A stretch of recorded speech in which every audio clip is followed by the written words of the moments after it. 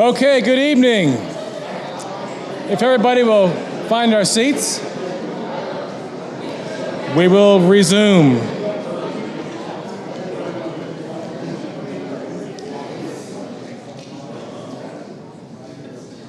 Good evening, everybody.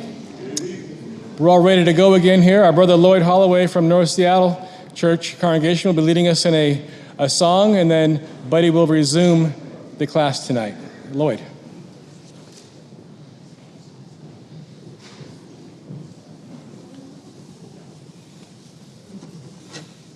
This is my Father's world. This is my Father's world, and to my listening ears, all nature sings and round me rings the music of the spheres. This is my Father's world. I rest in the thought of rocks and trees, of skies and seas. His hand the wonders wrought.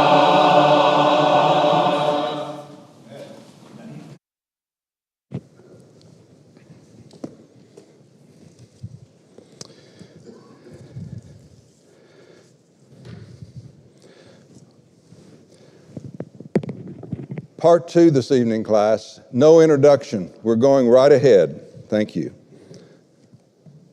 I'm skipping that as well because we did this in the first lecture. You know Romans 1:20 is our theme passage for this from the Bible.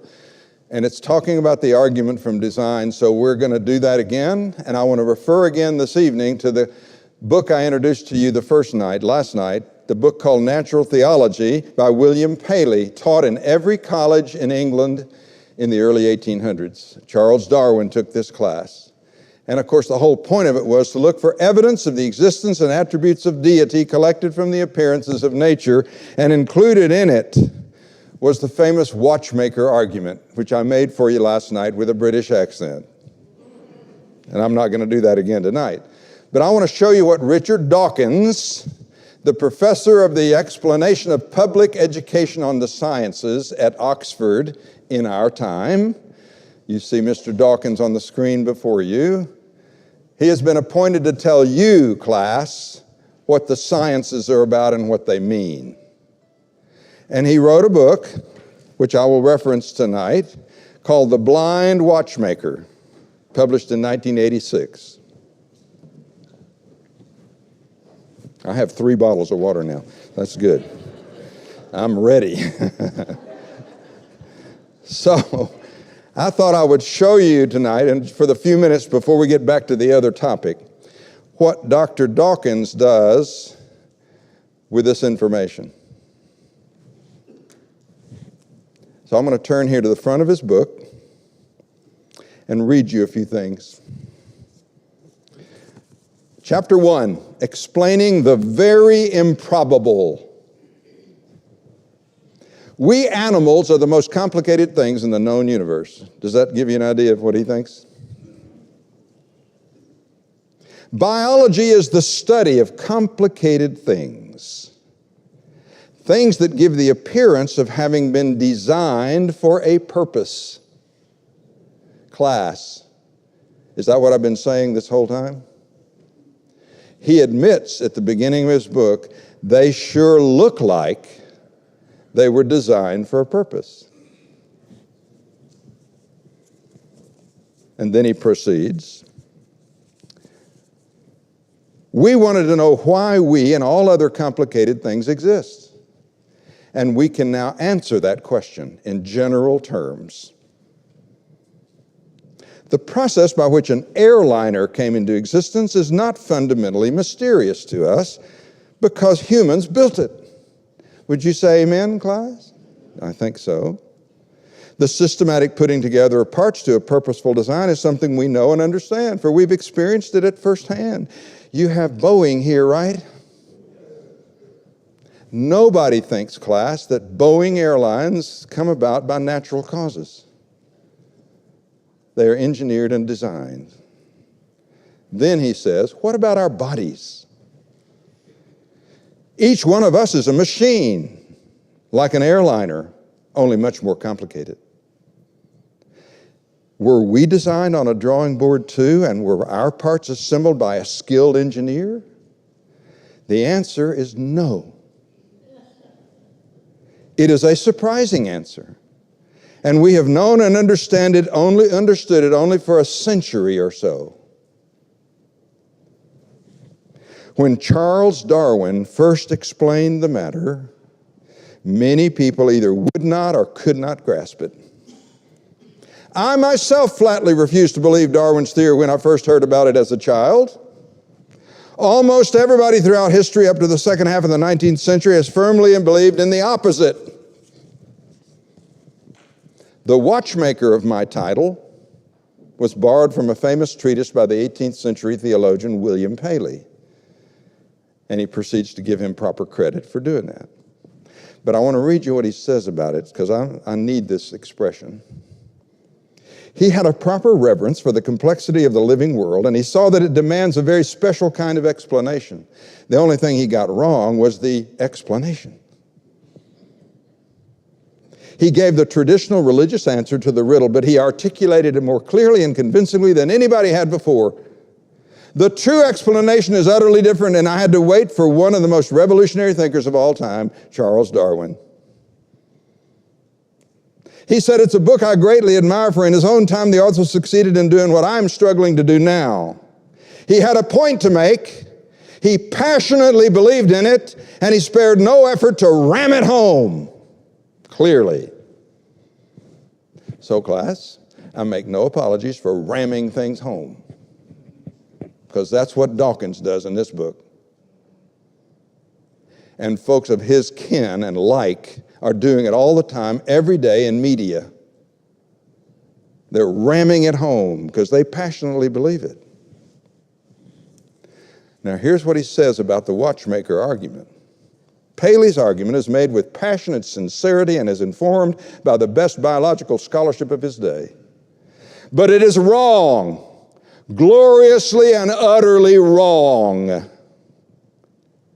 The analogy between a telescope and an eye, between a watch and a living organism is false. All appearances to the contrary, the only watchmaker in nature is the blind forces of physics, albeit deployed in a very special way. A true watchmaker has foresight. He designs his cogs and springs and plans their interconnections with a future purpose in his mind's eye. Natural selection, the blind, unconscious, automatic process which Darwin discovered and which we now know, is the explanation for the existence and apparently purposeful form of all life, has no purpose in mind. It has no mind. It has no mind's eye. It does not plan for the future. It has no vision, no foresight, no sight at all. If it can be said to play the role of a watchmaker in nature, it is the blind watchmaker. Whereupon he proceeds to take 300 pages to convince you that all these things that sure look like they were designed were not designed at all. They're a result of a purposeless process. The blind forces of physics acted on by natural selection. That's how everything came about. And he believes that with all his heart. And he's ready to passionately ram it home. And class, I'm ready to passionately ram home the opposite. Because it's the biggest fairy tale of the modern world.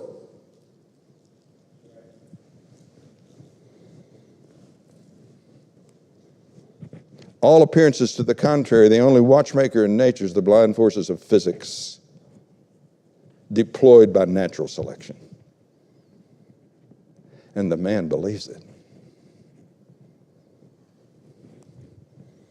I say it's time to revisit the argument from design class. That's what I'm doing this weekend. 3 discoveries in the 20th century I talked to you about already. There was a beginning, The universe is fine-tuned, and it contains massive amounts of digital information being used to produce and maintain an untold number of molecular machines and complex processes everywhere you look. We're talking chemistry tonight. So I want to talk what Darwin said in his book on the origin of species, page 219. If it could be demonstrated that any complex organ existed which could not possibly have been formed by numerous, successive, slight modifications, my theory would absolutely break down. I like Darwin. A good bit of this book is critiquing his own theory. I think that's an honest man. He said, here's a weakness in my theory. If you could show me an organ that could not have been formed by small, successive, slight modifications. Class, if Darwin were here tonight teaching this class, here's what he'd say to you. Nature abhors leaps. Nature doesn't make big leaps. You get little changes, and they affect the next little change, which affects the next little change. And over time, you get big changes. But they're a summation of a whole bunch of little changes. And natural selections pick the changes that are effective for that organism. That's how it works. I believe, class, if Darwin were here today and were presenting what I'm telling you tonight, he would say, my theory has absolutely broken down. You cannot account for what we're talking about by small, successive, slight modifications over time, acted on by natural selection. But Dawkins thinks you can. So here's an organ I introduced to you, class, the cell, the simple cell, right, simple. In Darwin's day, some people said it was like an albuminous lump of coal. It's just a little bit of stuff. Could have happened naturally. And look what we know now. And we haven't touched the hem of the garment. You see this little picture right here of the plasma membrane? Here's a blow-up of that. Class, that little thin membrane right there is made up of a whole bunch of, what do you think? Exactly, and all kinds of other stuff. There's the lipid bilayer, there's the membrane protein, there's all kinds of stuff going on, and just in that little layer right there. We could spend the next 2 days just on that. And then you've got the peroxisome, ribosomes, the nuclear pores, the nuclear envelopes, endoplasmic reticulum, and so on and so on and so on. There's so many things going on in there, folks. Some people have said that the one cell is more busy and more active and doing more stuff than the 5 largest cities in the world put together. And you tell me, Mr. Darwin, that came about by tiny changes, significant one at a time, little by little, over millions of years. And if you can't demonstrate that, then I say your theory has broken down, because this is the foundation for all life. The cell is a self-replicating nanoscale robot. It's self-replicating because it can reproduce itself. You know this, class? Everything in that cell can be reproduced, and it is reproduced. Second, it's at the nanoscale. That means it's very small and can manipulate single molecules. And third, it's a robot because its activities are carried out unconsciously and automatically by precision molecular machines that follow ordinary physical laws. It just does it. And it does it better than any human engineers ever dreamed of doing. Sure looks like design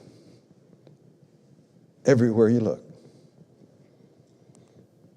So what's a molecular machine?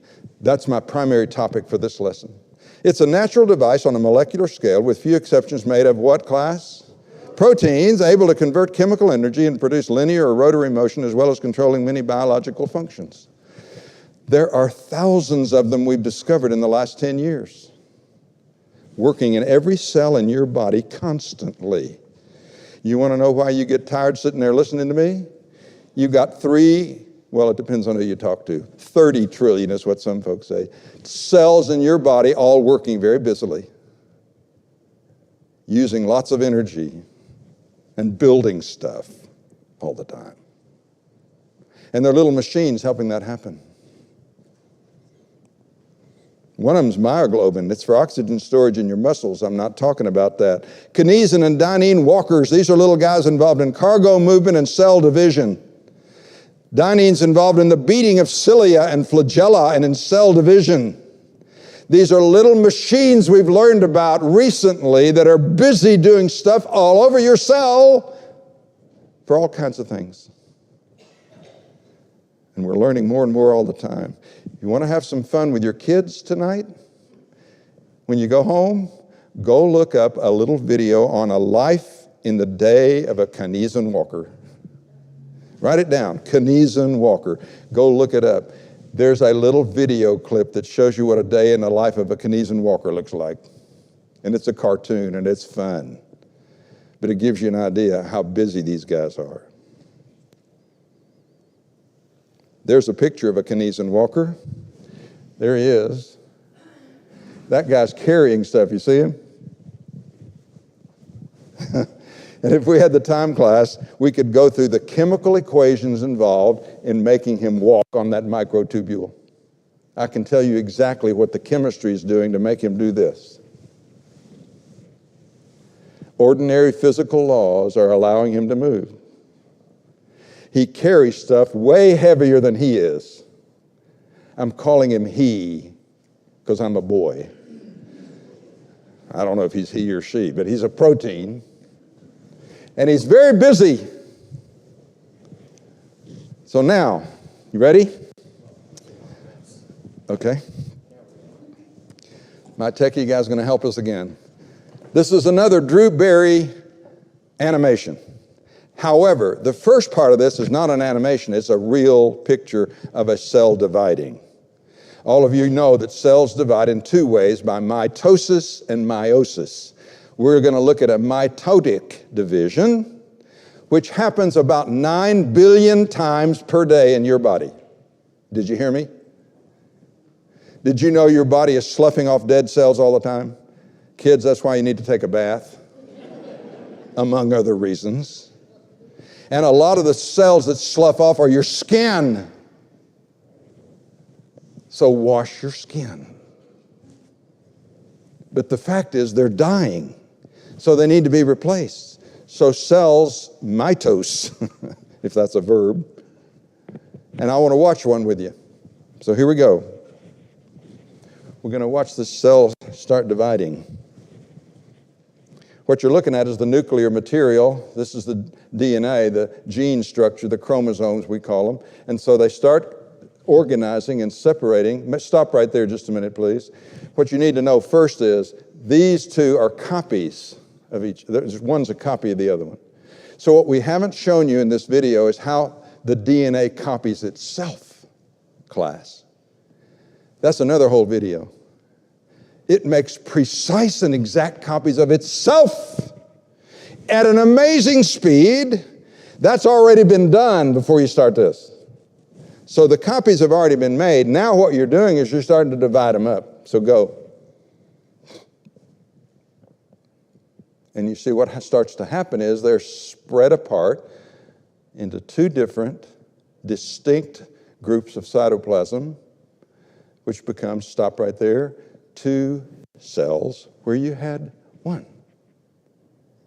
And so, class, this cell is identical in its makeup to this one, thanks to the capacities of your body to copy itself. 1 becomes 2. Okay, now that you've just seen it under a microscope. Now we're going to go down and look at what's happening to the chemistry. So let's go. So we're going to start over again. And this time, see this little group right here? We're going to focus in on this 1 chromosome right here. Stop.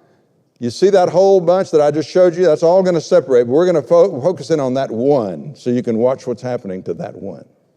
Already in that case, there's a copy there. There's copy and a copy, you see?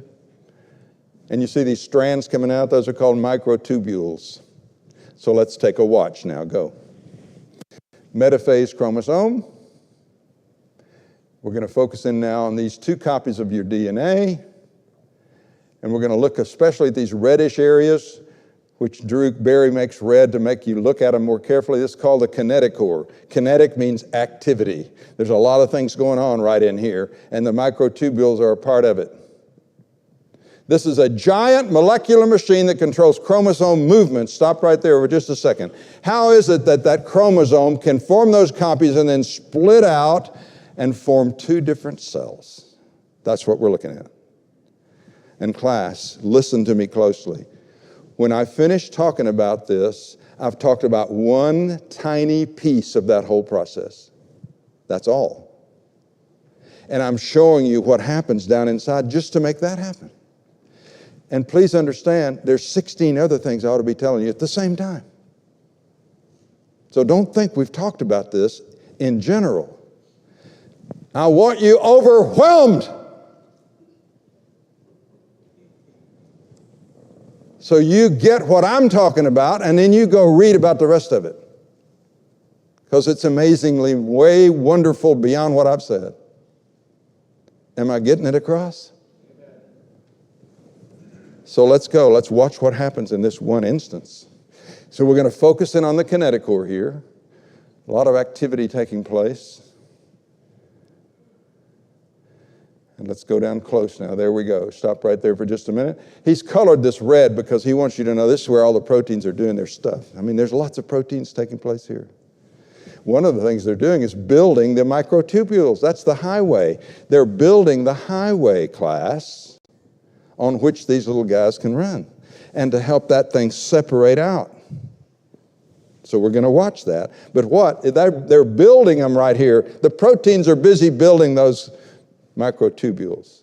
And by the way, I'll mention this, when you go to the other end of those microtubules way over there, they're tearing them down at the same time, like any good government. Except in this case, they have to tear it down or it would glob up that cell so badly it couldn't function. And guess what they do when they tear it down? They recycle it. More effectively than any recycling program our government has ever established. So that's all going on, thanks to the proteins. Go ahead now. There's other proteins down here doing lots of other things, including preparing this whole system for the timing that allows you to say, okay, now it's time for this thing to start separating. And what our Drew Barry is going to do is color this green when it means go. It does not color green, class, but it tells you to go. So let's watch. And by the way, how does it time things? That's another whole subject. So it turns green here to say it's time to go now. Things are going to start separating. So these little dyning walkers, you watch them, they're going to start walking down the microtubule here. See them? Each of them carrying things. Only it's a lot faster than that. You know that. And see the guys going the other direction? Those are your kinesin walkers going the other way. The kinesins, stop right there just a minute. Kinesins always go this way. Dyneins go this way.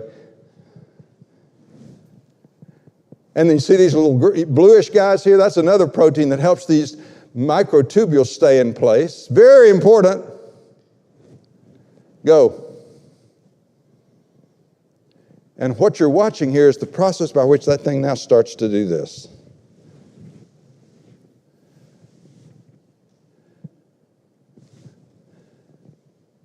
And you don't see it, but see all that activity going down in there? You don't see, but it's going on. That finally says the time is right and now we can separate, and this copy goes this way, this copy goes that way, and now one cell turns into two living cells thanks to molecular machines. And it's incredible.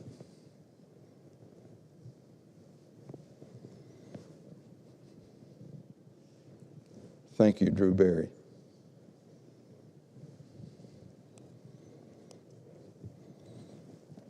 I'm going to take 1 minute on cilia. A cilia is a hair. You got them all over your body, in your nose. Especially you have them in your lungs. Did you know that? Lots of hairs, especially right here at the primary bronchus. It's filled with hairs like that. Did you know, class, that your body has to build hairs? It does. There are billions of them, and every one of them has to be built. It takes kinesin and dynein walkers to build hairs. And if we had the time, I could tell you how that kinesin walker walks out this way, carrying stuff to help build that hair, and the dynein walkers come back this way, carrying stuff to help promote and solidify that building. And each little hair is constructed. And if you didn't have them, you'd be dead. That's all I'm going to say. Hairs. Life-changing. Built by machines. But the one I want to talk about tonight is the bacterial flagellum. And this will conclude my lecture tonight, number 3, with the exception of a brief closing comment or two. When I first showed this, my Marilyn, which is my sweetheart of 59 years, was in the audience. And she said, "Sweetheart, you lost me when you started talking about this flagellum." I said, "Okay, thank you for helping me. And by the way, I like your help. When you feed back to me that you say I lost you, okay? I'll try to do better." So here's what I want you to understand. We're going to be talking about a little one-celled organism that lives in your intestines by the millions. And it swims around in there. I know that's disgusting, but it's the truth.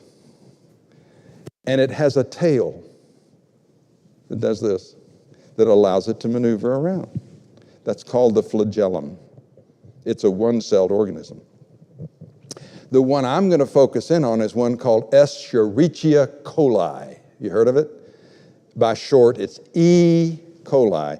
What do you know about E. coli? What do you hear the most about? It'll kill you, right? You get it in foods, and they call all the food back because that'll kill you. What you don't know is there's several strains of E. coli that you can't live without that live in your intestines.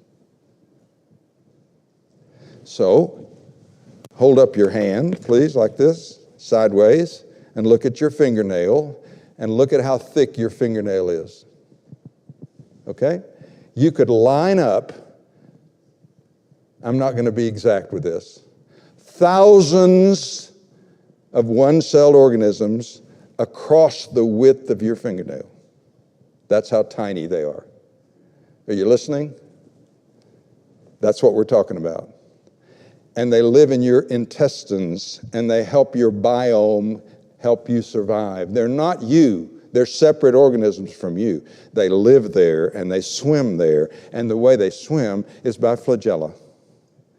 And what I'm going to teach you tonight is how that little organism's flagellum works. That's where I'm headed. This video clip is done by a Japanese company, and it's utterly amazing. And it shows you the process by which this thing works. And I think I want to do it right now because I may forget later. Let me just get to the page that has my statistics so I can read you the quote here.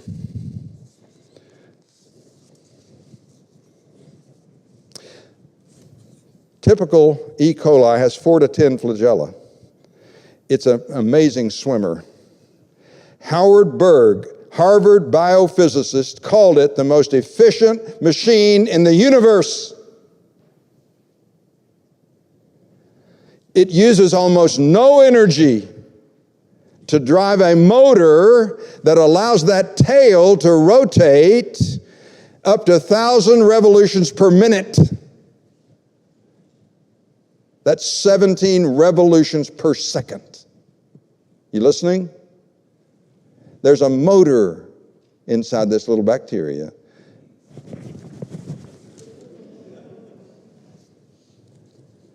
The motor rotates 6,000 to 17,000 revolutions per minute, and it rotates that other little thing up to 1,000 revolutions per minute.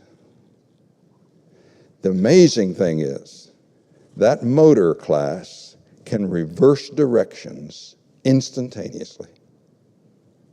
So it's turning 17,000 RPMs this way, and instantly 17,000 revolutions this way. And when it does that, the tail goes in such a way that you move in a different direction. And it does it, class, partly in response to light. And this thing is not going to deal with the chemistry of light acting on a bacteria.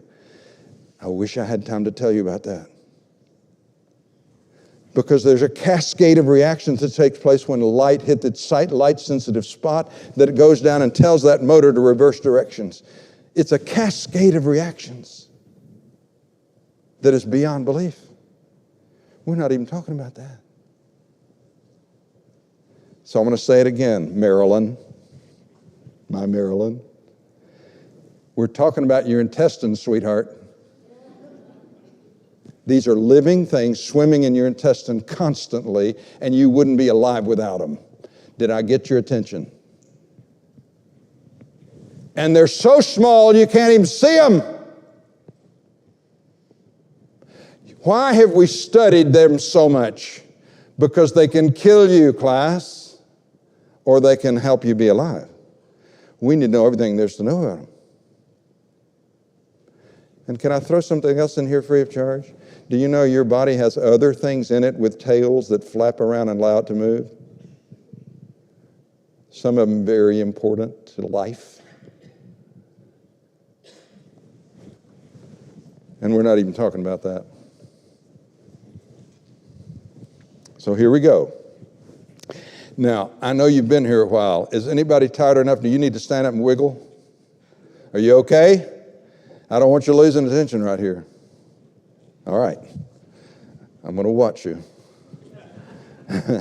All right, so here we go. We're now going to see a live picture of little bacteria swimming around. So here's some of them. These little guys, they're pretty good. But the next one you're going to see are E. coli. See how they go? They flip around here. I mean, they're fast. Stop. These little guys have up to 10 different flagella, and oftentimes they wrap around themselves so they can go a lot faster. They're amazing. So they're amazing little creatures. All right, now we're going to focus in. Go ahead. Here we come with our animation now. Stop right there. So this is the bacteria cell, the one-celled organism, the E. coli, and these are the flagella that are sticking out. This has 1, 2, 3, 4 flagella. You see it?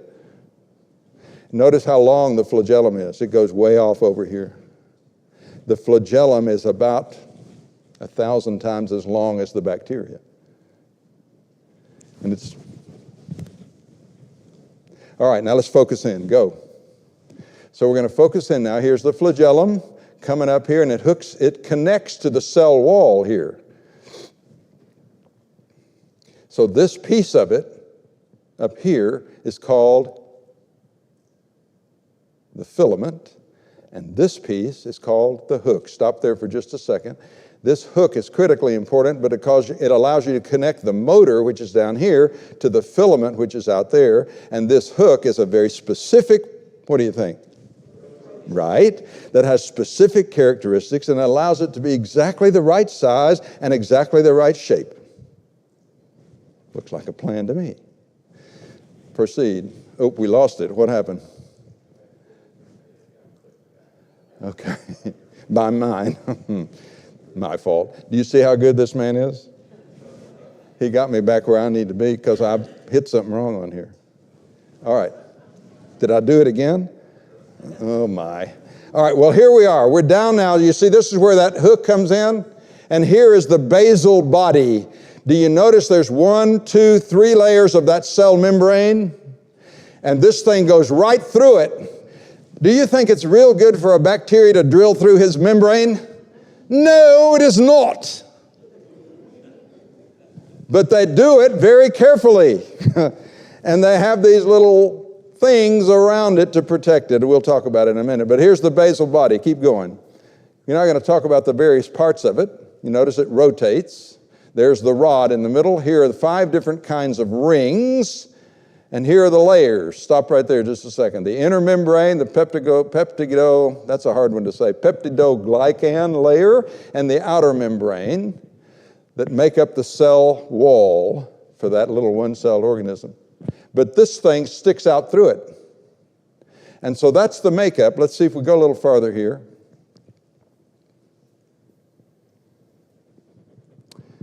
And I guess that's all we're going to do. Stop right there. Oh, yeah, it shows the stator.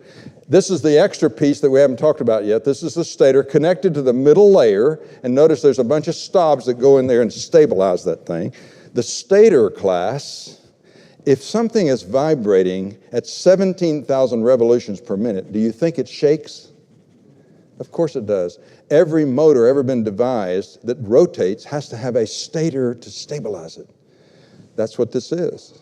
It's built in. It's got a stator that allows it to stabilize. In addition to that, this stator is the thing that provides the energy process for the driving of the motor. It's from an acid imbalance, which I don't have time to tell you about. The stator is very important. Keep going.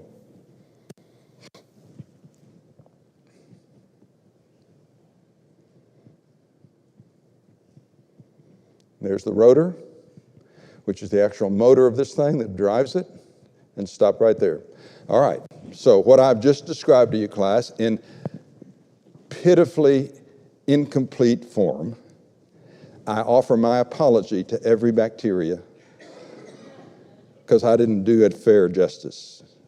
That motor is incredible. I read you what Mr. Berg thinks at MIT. It's the most efficient machine in the universe. There is no motor built by any human being that even touches this. If we could ever figure out how to make a motor drive on almost no energy, that's what this one does. We wouldn't have energy problems. What we need to do is learn to figure out how God did it.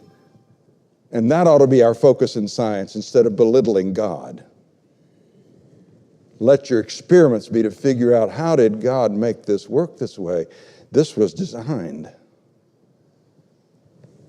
But that's not what is done. All right, so here's the thing that I want you to get when you walk out of here. Not only does that little tiny organism have an amazing machine in it that is better than anything humans have ever built, that works like a charm, but when that little thing divides by mitosis, it does not reproduce the flagellum. The flagellum has to be built from the bottom up every time it divides. You listening? And built into that little organism is the method by which it constructs that entire motor with its flagellum from scratch without a single straw boss. It just does it. And my question to Mr. Darwin would be, Mr. Darwin, do you think what I'm about to describe to you happened by small changes, successive changes over millions of years, guided by natural selection? I would simply ask you, sir, what happened when the first little step didn't work because you didn't have all of it working? Oh, well, it was doing something else in the meantime. That's a typical answer. And people make up fairy tales about how over millions of years this could have happened. And I'm asking you, ladies and gentlemen of the jury, can you believe that? If you can, you need your head examined. What I'm telling you, class, is not only must an evolutionist account for how do you get such a motor, he must account for how it is that the cell itself builds the motor. So you not only have to account for the motor, but the factory that builds it. that functions amazingly. It starts at the base and it builds piece by piece by the direction of the DNA and the proteins in order. And the flagellum is reconstructed. Let's watch. Go. The first thing that's constructed is the fly F protein. There's exactly 20 some odd copies, I forget the exact number, but 20 some odd copies to make the MS ring. Then the fly G protein, see it's a different color, that's a different protein, specifically a certain count. The fly M and the fly N proteins are constructed next that form the rotor, and then the rod coming up through the middle is formed from a different protein. There's a rod cap that helps make this happen. Stop right there for just a second. That cap is critically important because it helps drive through the cell wall, class. It's a drill that drives through the cell wall, and the problem is if you drive through a cell wall of a little tiny bacteria and open a big hole, what do you think happens to the cell? It's dead. Except that in the process of building this thing, those rings form at the same instant. So it closes it up. Guided by, go. Whoops, what happened? Did I do that again? That's why I need him. So while he's getting back there, I think the first thing you say, quit being so gesticular. But I do get passionate about this, class. I want to ram it home. There is no way the things I'm describing you happen by natural selection, by the blind forces of physics. But they are taught like they did. All right, we're back here now. So watch. Here the stator is formed next. I'm not going to talk about that. But see them drilling through here as the proteins are being added? And look, see these rings? Stop. At the same time, keep going just a little bit. The L ring, the P ring, stop right there just for a second. The L ring and the P ring are formed at the same time as all of this is happening. And then this cap has finished its job, and let's watch what happens. Now we have the hook cap, which is specifically to help us make this hook, which is exactly a certain number of nanometers long. Stop right there just a second. That allows you to connect the rod to the filament. And this cap is very important. But once it's finished its job, watch what happens. It is released into the cytoplasm, and you have your junction proteins next. Stop. See, this is a different protein than the filament. And so in order to connect this to the filament, you have to have junction proteins of two different types, which are added just precisely at the right time, in the right place, in order. Go. And then you build your cap to make the filament. Stop right there. Do you see this filament cap? 1, 2, 3, 4, 5 pieces to the filament cap.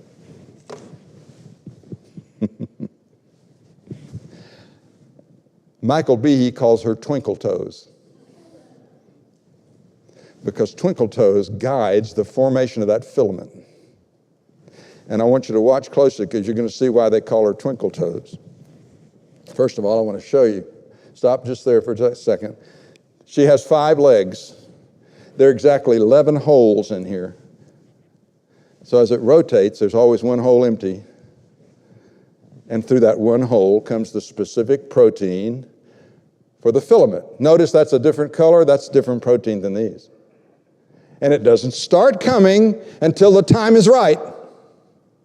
And it comes at the rate that you need.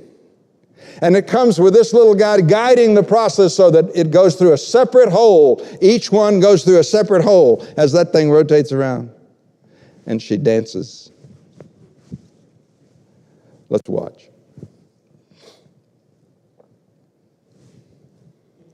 See him being fed out there? That's way too slow, class. So let's try to speed it up here now. Let's go. Show them what's happening.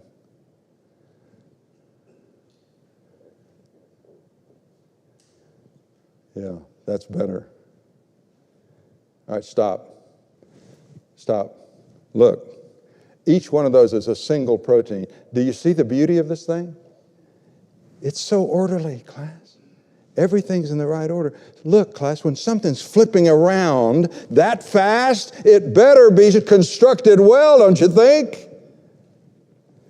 A threefold cord, God says, is not broken quickly.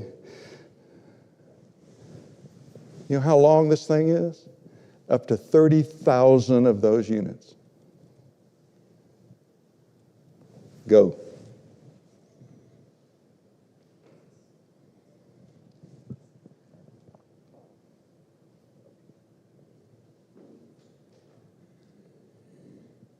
And in this case, you have to build 4 of them. And it happens like nobody's doing anything.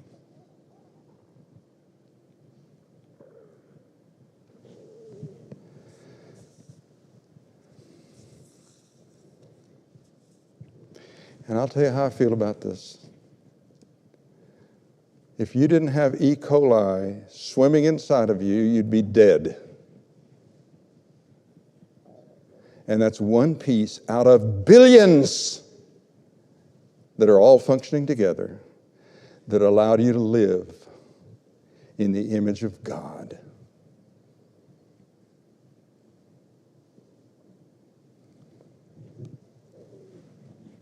There are multiple protein processes taking place here.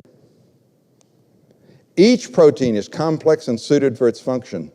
I would say designed for its function. Dawkins needs 6 chapters to explain each one of these away. Each machine is highly sophisticated, intricate, dynamic, and elegant. These machines are spontaneously self-assembled in the cell. Do you see that, class? And there are thousands of them in every living cell that all do all different kinds of jobs. So which is more reasonable to explain molecular machines? How about this?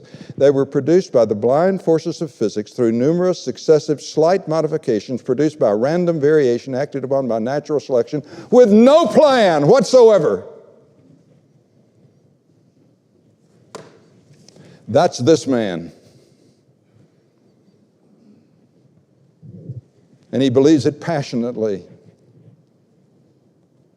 And I say it's foolishness.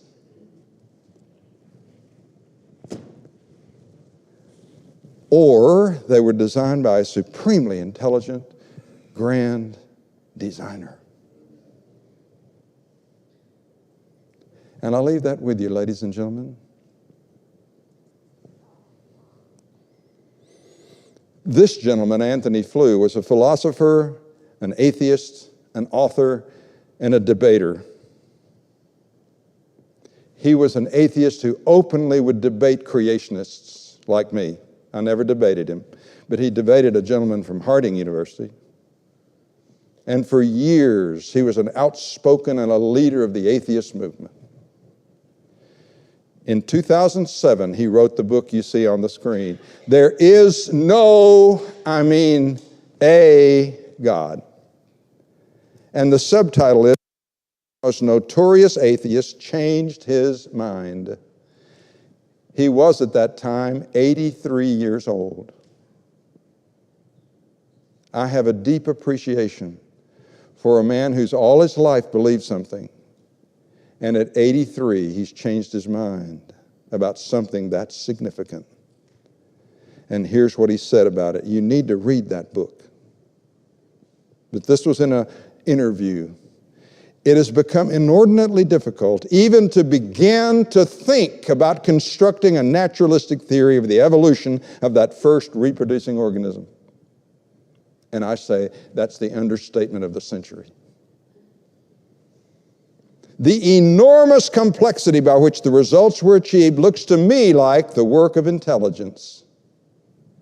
It now seems to me that the findings of more than 50 years of DNA research have provided materials for a new and enormously powerful argument to design, says this former atheist. He has not become a believer in the Bible yet, as far as I know. But he's a believer there has to be a God.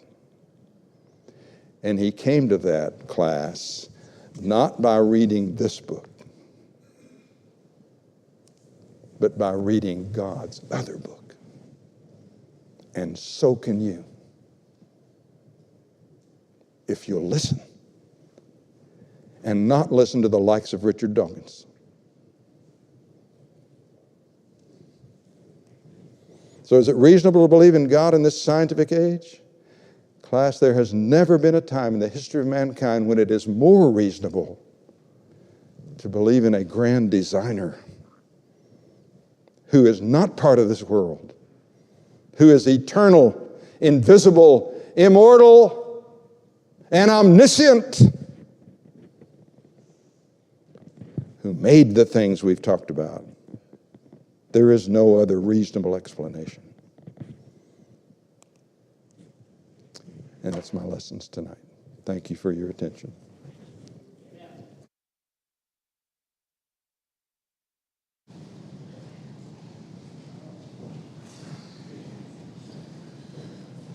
Okay, at this time, if you have a question you'd like to ask Buddy or a prayer request, please pass the cards towards the center aisle, and we'll have somebody come by and pick those up.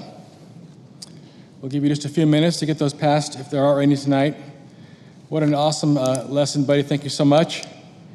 And we'll be invite everybody back tomorrow. This class will continue at 9:30 a.m. tomorrow, and then we'll continue on again at 10:30, and then finish up tomorrow night at 5 p.m.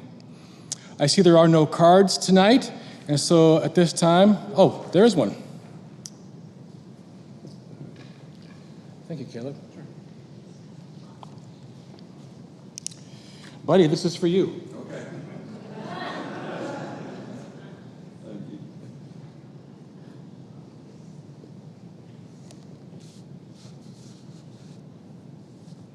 Yeah, good question. Okay.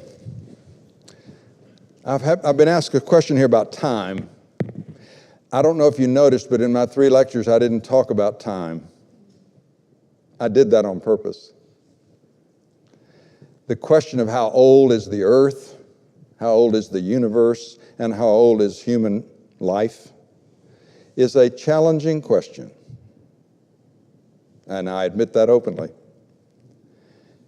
And so I always question how much I should say about that, because I don't know the full answer to that question. So here's how it's worded in this person's language. If the earth is young, how has light reached us from distant galaxies? You know, class, don't you, that folks talk about light years and how far away things are in light years? And you know that that is the amount of time it takes for light to travel in a year. And do you know the speed of light? Somebody tell me. 186,000 miles per second. Now multiply that by the number of seconds in a year, and that's how long a light year is. Would you say that's a big number? Yeah. And if that's how fast light travels, and we're seeing the star out there that is many light years away, then doesn't it have to be that many years old? That's the question. Or were things made with light in transit? That's a possible explanation, isn't it? That if God created the stars, He created them so you could see them instantaneously. I mean, that's a possibility. Then this person asks a second question. Kepler's supernova was more than 6,000 light years away, so that would imply that Kepler's star never actually existed. Did you get that? You do know, don't you, class, that supernovas have appeared where they weren't there before? Did you know that? Some of you are not doing anything. You didn't know that. Well, do something with your head so I know what you're thinking. No, I didn't know that. Well, it's the truth.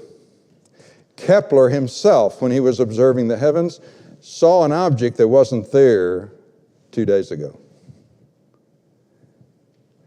We have come to call that object a supernova. He didn't know what it was. Since that time, there have been observed a lot of supernovas who weren't there before. The explanation of astronomers is that those are stars that are exploding. They form a supernova because as they're exploding, they make this huge light display. And so they were exploding at some point in time, aren't they? Is the question. And if the supernova is more light years away than the age of the universe, then how does that work? That's a question, isn't it? And so I'm going to tell you tonight, I don't know the answer to that question. So let me do a little bit with you. The reason I avoid this is because it takes time to explain where I am on it. If you look at things in the universe, both here close and far away, a lot of things look like they're very, very, very old. Let's be honest about that. They do. Both here and out there. When you read the Bible, which I believe is the Word of God, and the book of Genesis and its creation account, my view is when you let the Bible interpret itself, the time frames allowed by the Bible, as you look at the descriptions in it, do not allow for billions and billions of years.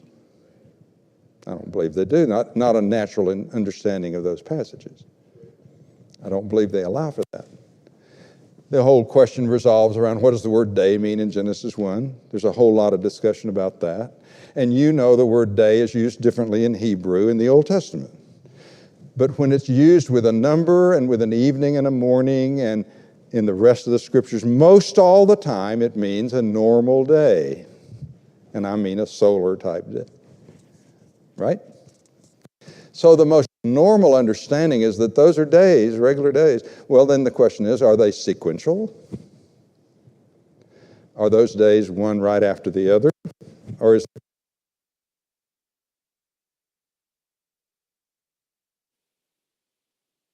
And what about the first 3 days before the sun was made? You know, are those solar days? Where's the light coming from? And did it make a solar day when the sun doesn't exist? Is the question. So some folks say those first 3 days at least could be a lot longer.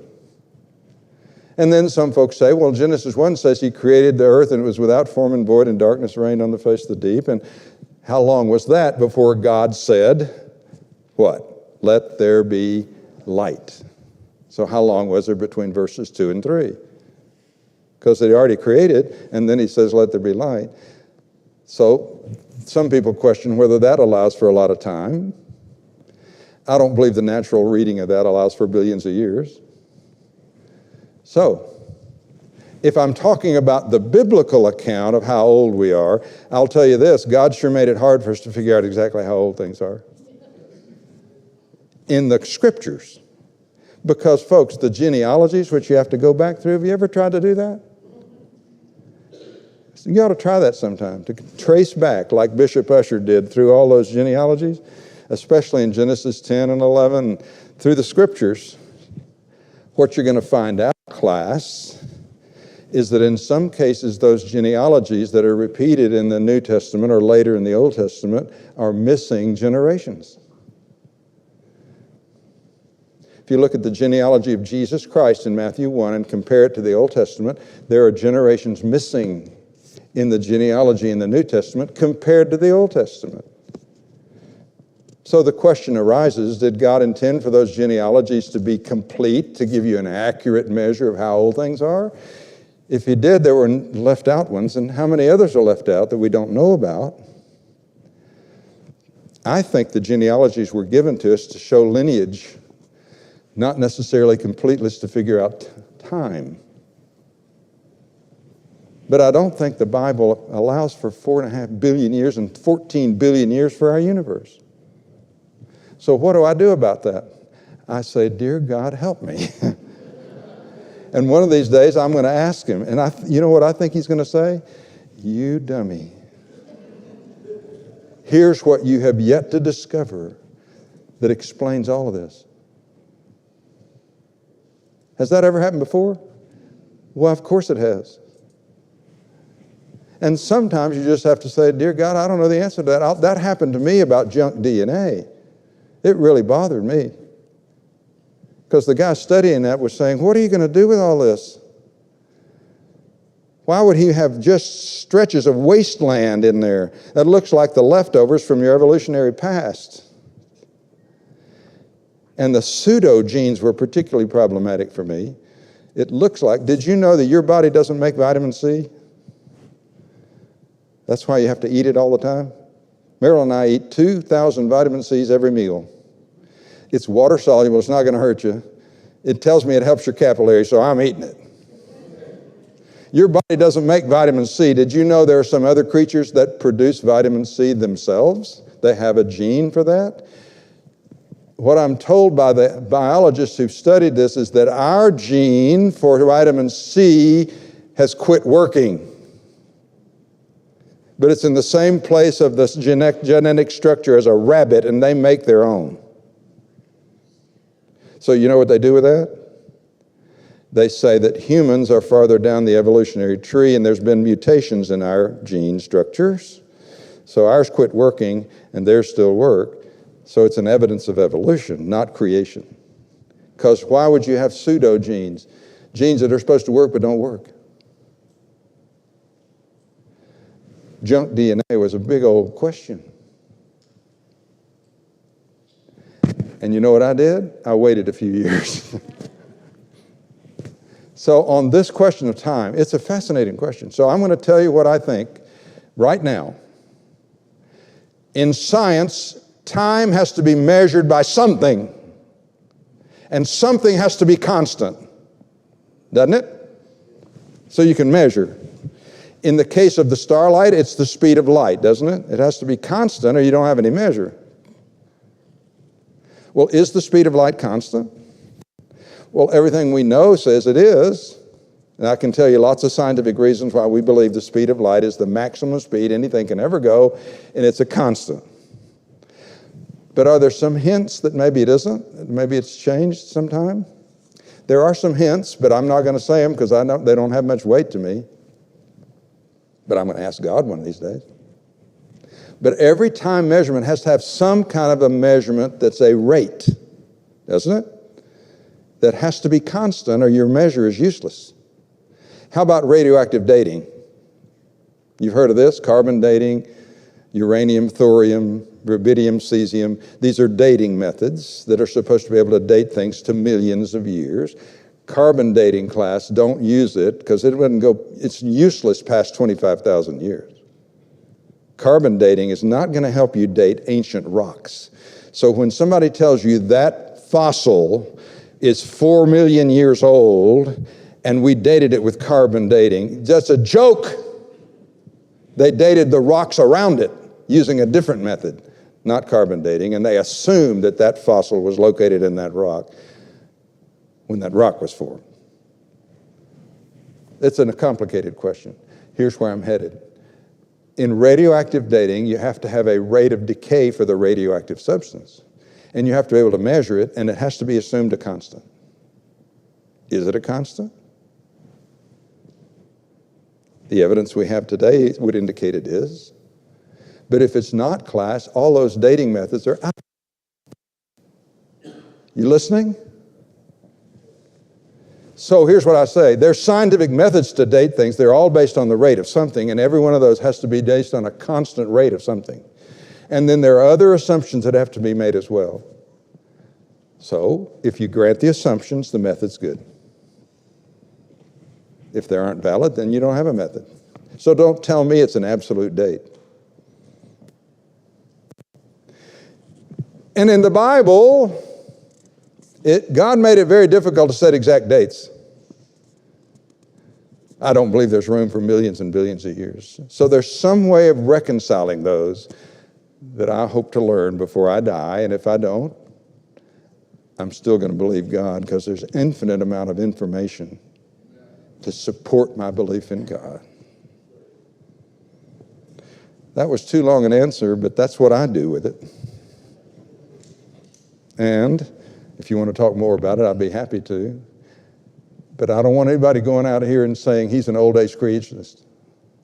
Did you hear me? I'm not an old age creationist. I'm a creationist. I just don't know this time thing. So I don't talk about it very much. Nor do I want anybody to start misconstruing the scripture and twisting it around to conform to what an evolutionist says today. Don't you do that. Because how many times have they changed over the years dramatic things that they thought was their proper worldview? So don't make the Bible fit the modern worldview in something as controversial as this. Be careful with that. And maybe that's a good enough answer. But thank you for the question. At least it opened that. I didn't talk a thing about that. But you opened up the question, and I'm sure everybody's thinking it. So I hope that was sufficient answer to give you some things to think about. And by the way, I didn't bring the book with me tonight, but I had it here last night, and it's in the bibliography. It's a comprehensive discussion of all these issues put out by the Discovery Institute right here in Seattle. And it's excellent for looking at an overview of all these subjects. So I recommend it to you if you want to dig more deeply.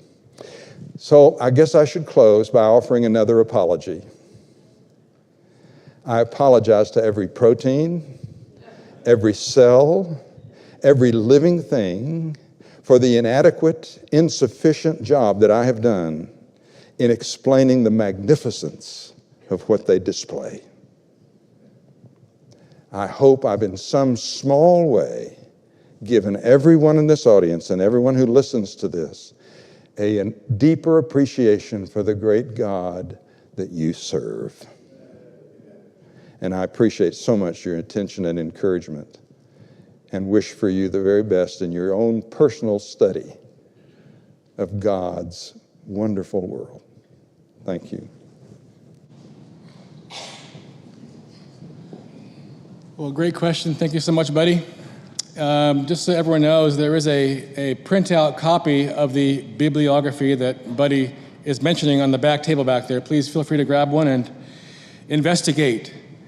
At this time, our brother James Evans will be closing us out with a word of prayer. Dr. Payne, thank you so much. My head hurts. I don't know about your heads, but my head is hurting, man.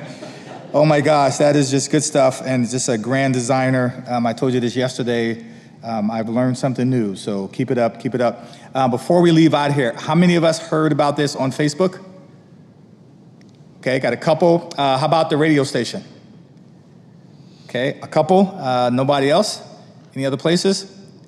All right, awesome. Hey, before we go, don't forget Spring Forward tonight. Yep. So we lose an hour. So don't be late tomorrow when we get here. And I'm going to ask that you stand, and we're going to be dismissed in prayer. Let's bow. Our Father God, we thank you so much. Dear Father, we come tonight with just a humble heart, thanking you for your creation, thanking you, dear Father, for everything that you've done.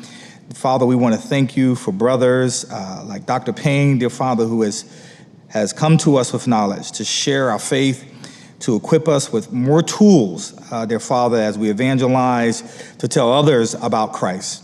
We thank you, dear Father, for the time. We thank you for all the energy. Most importantly, dear Father, also, we thank you for our eldership here at the Kirkland Church, dear Father, that saw the need and that is allowing us to see and hear the things, dear Father, that we did not know. We thank you for your Son, Jesus, who made